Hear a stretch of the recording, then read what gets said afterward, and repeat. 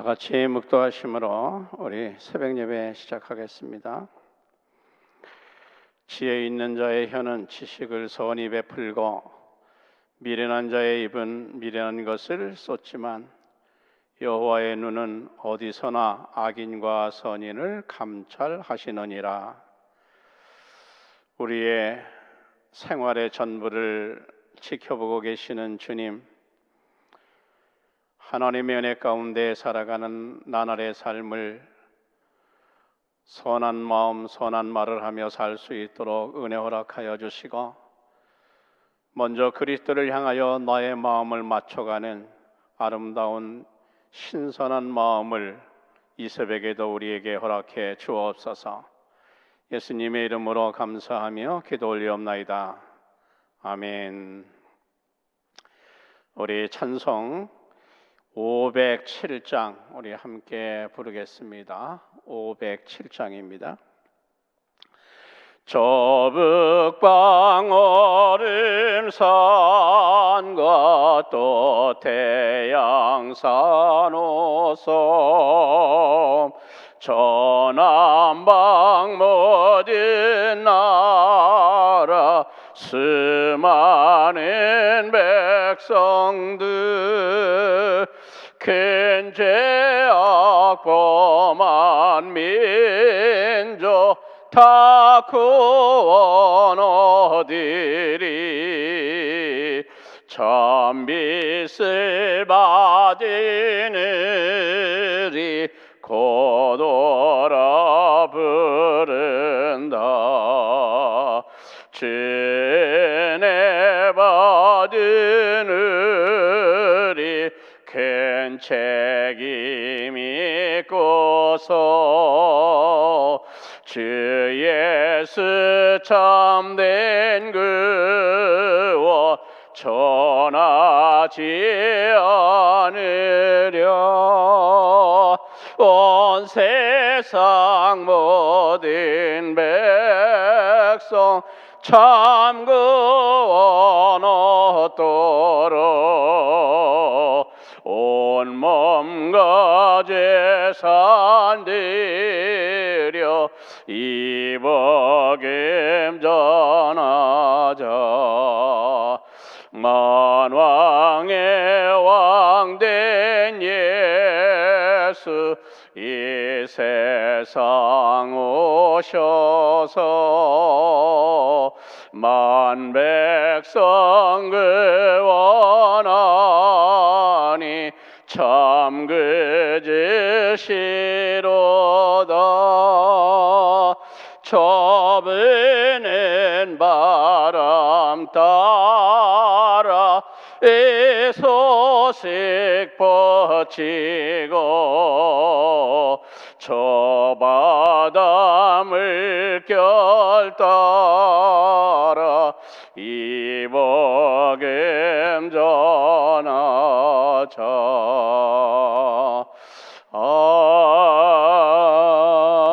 아멘.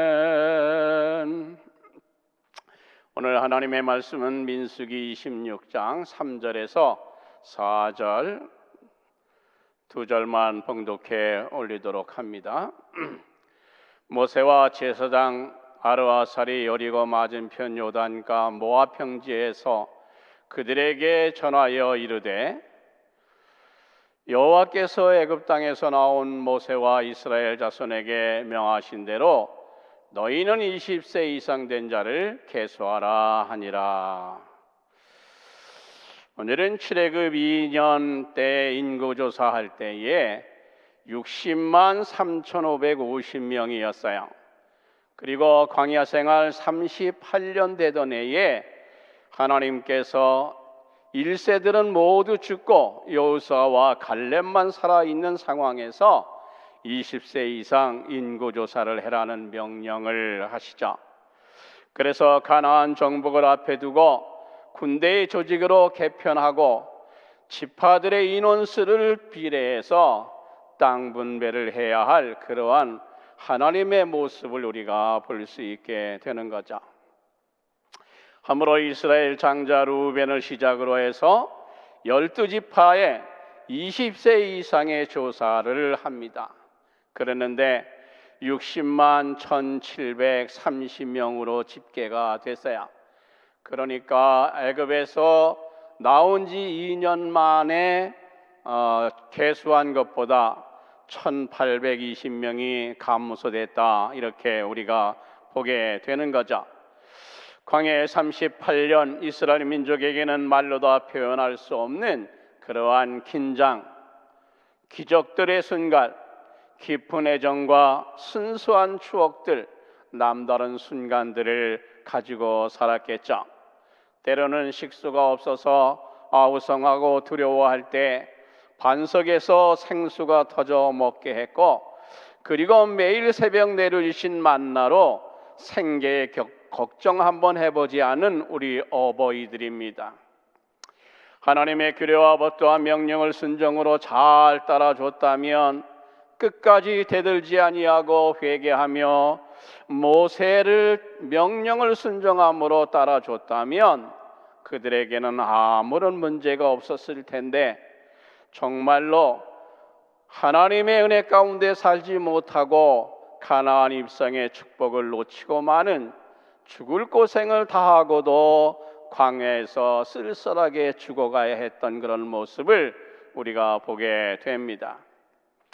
애굽에서 노예로 산 것도 불쌍하지만 어느 세대에서도 볼 수 없었던 하나님의 능력, 홍해를 가르고 요단을 가르고 여리고를 부스르는 그러한 능력 앞에 그들은 감격과 찬양했던 그분들이 왜 능력의 현장을 떠나서 하나님을 마음에 두기 싫어하고 대적하다 광야에서 쓰러져야 했나?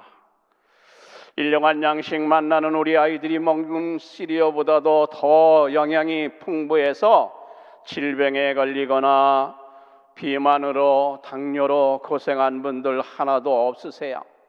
반석에서 나온 물인 고가의 휠타로 정수한 물보다 우월한 생수를 마셨으므로 탈난 사람도 없었어요. 그런데 가나안을 앞에 놓고 그들은 너무 불쌍하게 죽어갔죠.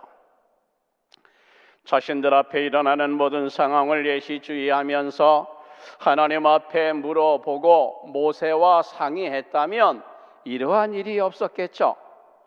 그런데 자신의 뜻만 고집하고요, 할 줄 아는 건 아무것도 없으면서도 혈기부리다, 분노하다 하나님 앞에 벌받아서 쓰러지고 만 것입니다.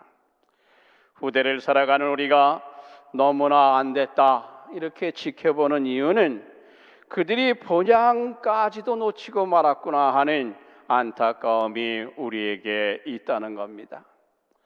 우리는 이와 같은 어버이들의 삶의 현장을 모두 목격한 출애굽 2세들 5절에서 57절에 나오는 12지파를 한번 만나서 그들의 삶이 어떤지 한번 살펴보도록 합니다. 첫째, 루벤 가족이죠. 9절에서 11절을 우리가 한번 읽고 가도록 하겠습니다. 엘리압의 아들은 르무엘과 다단과 아비람이라. 그 다단과 아비람은 회중 가운데서 부름을 받은 자들이나 고라의 무리에 들어가서 모세와 아론을 거슬려 여호와께 반역할 때에 땅에 그의 입을 벌려 그 무리와 고라를 삼킴에 그들이 죽고 당시에 무리 250명을 삼켜 징표가 되었더라. 그러나 고라의 아들들은 죽지 아니하였더라. 그렇게 기록하고 있습니다. 루벤 가족은 그러니까 1차 시보다 2,770명이 감소한 숫자가 나왔는데, 그것은 아마도 고라, 다단, 아비람이 하나님을 거역할 때에 그 가족들이 동참하는 것을 막지를 못했어요, 루벤이. 그래서 거기에서 수가 줄었던 거죠. 루벤은 창세기 49장에도 가보면 아버지 야곱에게 너는 장자이지만은 탁월함이 없다, 그러한 핀잔을 듣기도 했죠. 그리고 이스라엘을 자기의 가문을 이끌지도 못한 무능함도 보였어요. 그래서 가족의 일부가 고라가 반역할 때 동참할 수밖에 없었다 하는 거죠. 그런데 고라의 아들들은 죽지 아니했어요.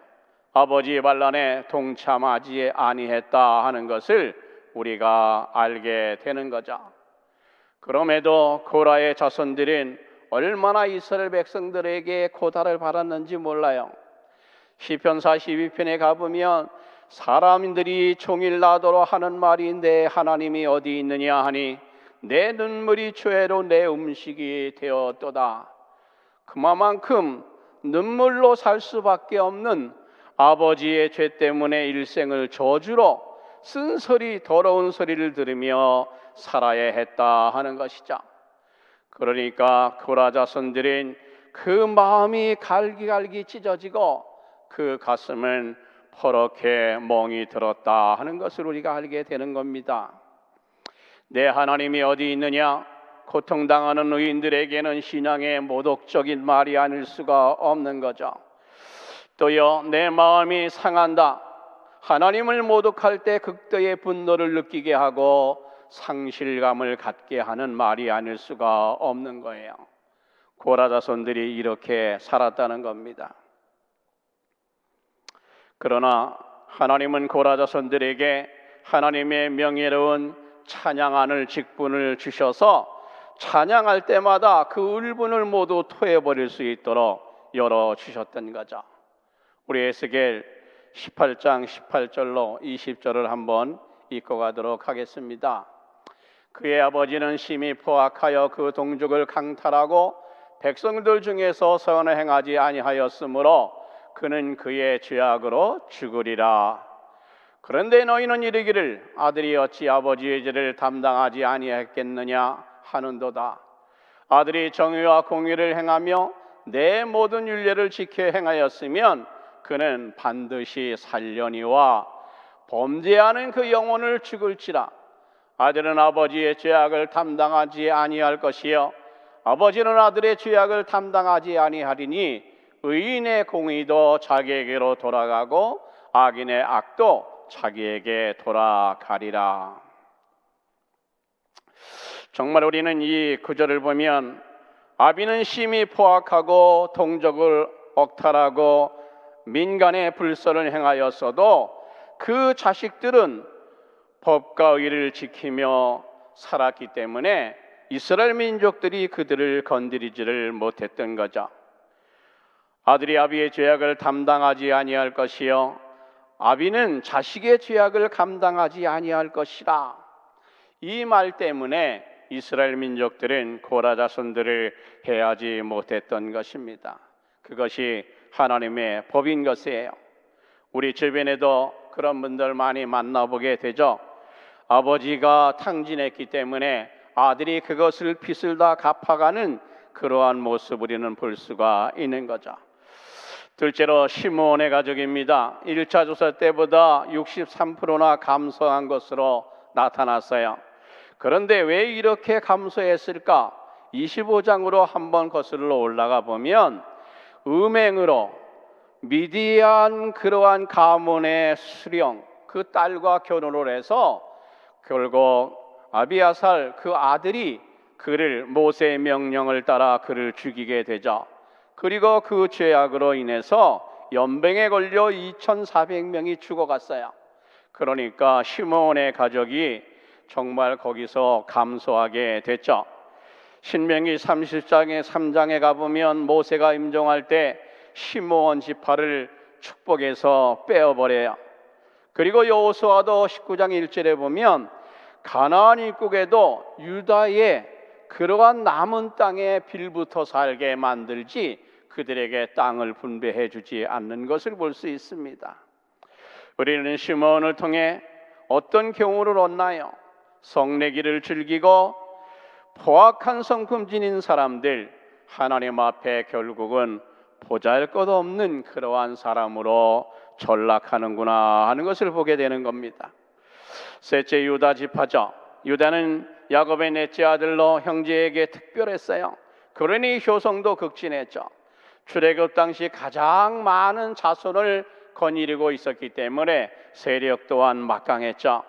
그리고 가나안 진군에도 항상 선봉에 섰어요.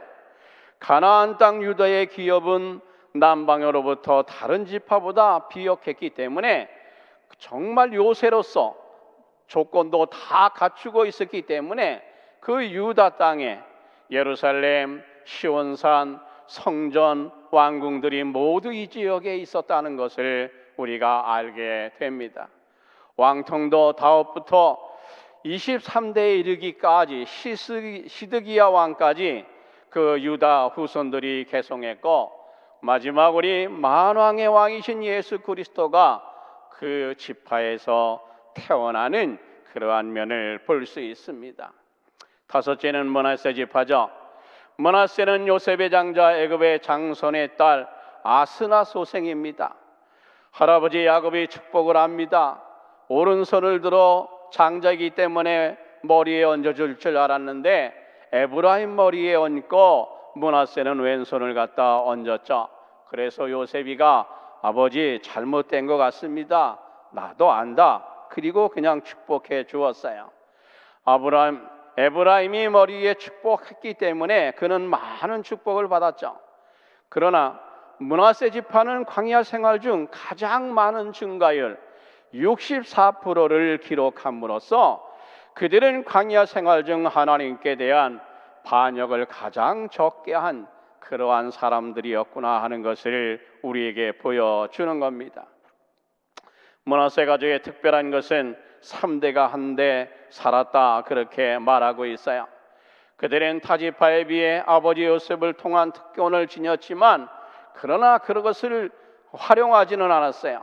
평범한 가운데 충실한 생활을 했고 하나님의 뜻을 거역지 않는 성실함을 드러냄으로써 하나님께 놀랄만한 인구의 축복을 그가 받게 되었던 거죠.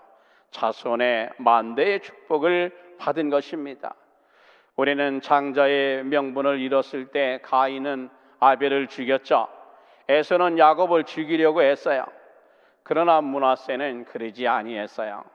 그냥 하나님의 뜻이거니 하고 그냥 세상을 살다 보니까 이렇게 자손 만대의 축복을 받게 된 것입니다.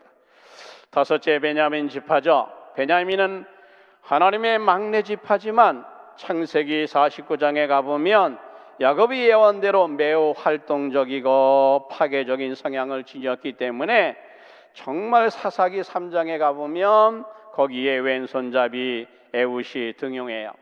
사무엘상에 와보면 이스라엘의 초대왕 사울이 나오죠.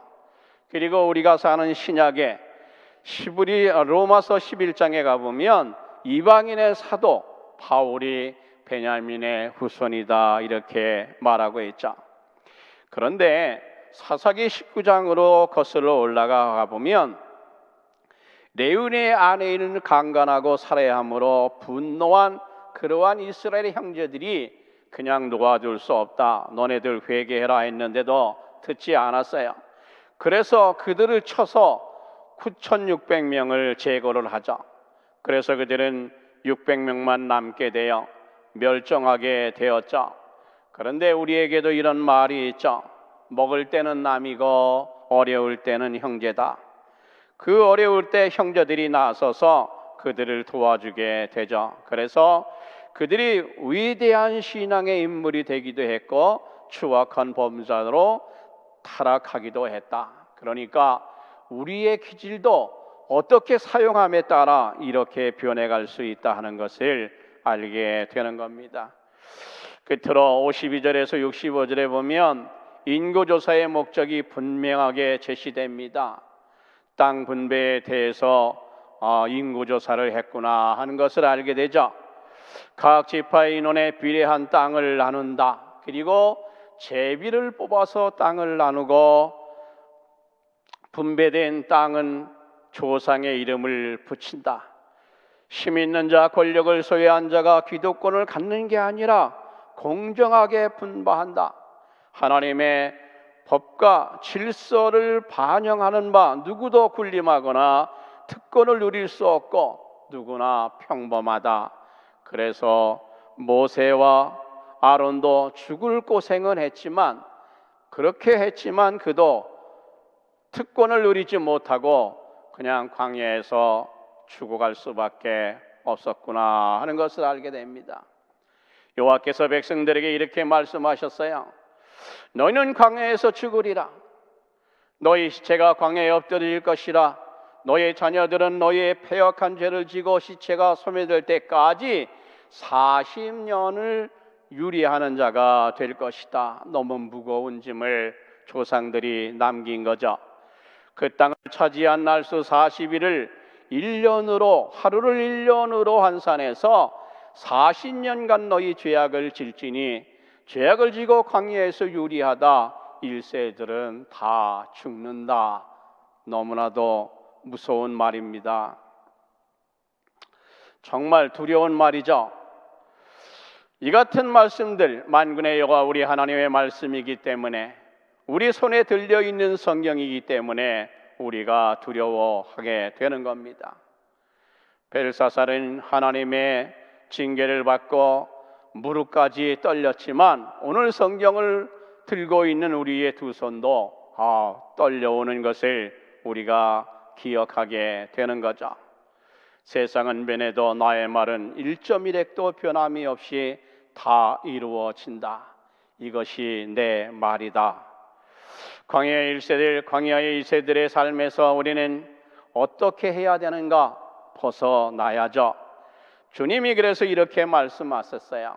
너희는 이 세대를 본받지 말고 마음을 새롭게 함으로 변화를 받아 하나님의 선하시고 기뻐하시고 온전한 뜻이 무엇인지 분별하도록 해라 했습니다. 그리고 주님이 돌아가시면서 말씀하시기를 내가 세상을 이겼다. 이 시간 이와 같이 결단하는 축복이 여러분에게 임하기를 주님의 이름으로 축원합니다. 우리 세 가지만 기도하겠습니다. 우리도 광야 시대처럼 원망과 시비로 살 때가 많습니다. 용서해 주옵소서. 마라나타 주님을 사도 바울처럼 자신 있게 외치게 하옵소서. 아멘. 주 예수여 어서 오시옵소서. 그리고 세 번째, 마음을 새롭게 함으로 나를 부르신 하나님의 뜻을 이루어 드리게 하옵소서 하고 기도하고 우리 마치도록 하겠습니다. 은혜로우신 하나님 감사합니다. 우리도 광야 같은 이 세상을 살아가며 아버지 하나님 120년을 살지만 우리는 그렇게 그 평화를 누리지 못하고 죽어가고 있는 것을 봅니다. 하나님의 법과 하나님의 뜻과 질서대로 살지 못하기 때문인 것을 고백합니다. 하나님 하오니 우리의 광야의 1세들 2세들처럼 하나님이여 혈기 부리며 사는 것이 아니라 아버지 순종하며 모든 것은 하나님이 이루어 준다라는 이 믿음 하나 가지고 세상을 살아가게 도와주옵소서. 아버지 하나님, 우리는 이 험한 세상에서 주님의 재림을 아버지 손꼽아 기다리는 우리의 신앙이 되게 하옵소서. 왜냐하면 이 세상은 너무나도 사악하고 눈을 보아고 들어도 아버지 하나님이여 보도되는 것들까지도 우리를 놀라게 하는 죄악뿐이기 때문입니다. 하나님, 우리는 그런 것 보지 않고 듣지 않고 아버지 하나님이여 따라하지도 않 주여 인도해 주옵소서. 마음을 새롭게 함으로 그래서 나를 부르신 주님, 나에게 원하는 것이 무엇인가를 주님 앞에 물어보고 아버지 하나님이여 성경에서 우리에게 가르쳐주는 그 길을 따라가는 우리 모두가 되게 인도하옵소서. 감사합니다. 하나님, 오늘도 이렇게 우리에게 귀한 말씀 주셨습니다. 우리는 가정의 달을 맞이해서 또한 아버지 하나님이 우리의 가족 중심으로 새롭게 살아가고 있는데 야곱의 12아들의 가족을 우리에게 소개해 주시네요. 아버지 하나님, 그들의 삶을 바라보며 우리의 거울 삼아 하나님, 우리도 거쳐야 할 것, 버려야 할 것들 다 버리고 내 마음에 아버지 도입할 것은 끌어들여서 새롭게 살아갈 수 있는 지혜와 총명함을 허락해 주옵소서. 아버지 하나님, 코로나로 인해서 아버지 30만 40만이 쓰러져 가고 아버지 이웃 나라에서도 많은 일들을 겪고 있습니다. 하나님, 우리에게는 안전할 수 있는 길을 열어주시니 감사합니다. 주님 앞에 더더욱 감격하며 살아가게 도와주시고, 정말 나를 부르신 주님, 이런 때에 우리는 어떤 일을 해야 하는가를 기억하며 주님 앞에 더 겸손한 마음으로 하나님 앞에 다가갈 수 있도록 우리를 인도해 주옵소서. 사랑이 많으신 예수님의 이름으로 감사하며 기도 올리옵나이다. 아멘.